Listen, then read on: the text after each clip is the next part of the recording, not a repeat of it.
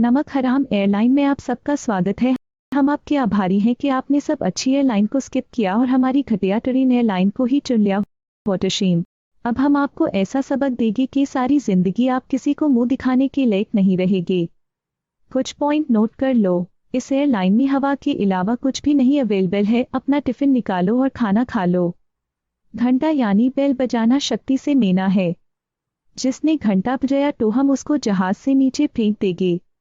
Washroom use करना है तो पहले 20 रुपए जमा करा दो। लोटा अपना अपना लेकर आओ।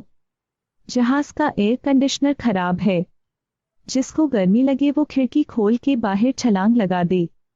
जरूरी बात, इस टाइम जहाज का पायलट सो रहा है। 1 आवर के बाद उसको याद से उठा देना। जहाज के अंदर सिर्फ एक ही पैराशूट है। अगर कोई प्लेन क्रैश हो जाए तो एक दूसरे को मार देना। जो जिंदा रह जाए वो पैराशूट ले सकता है।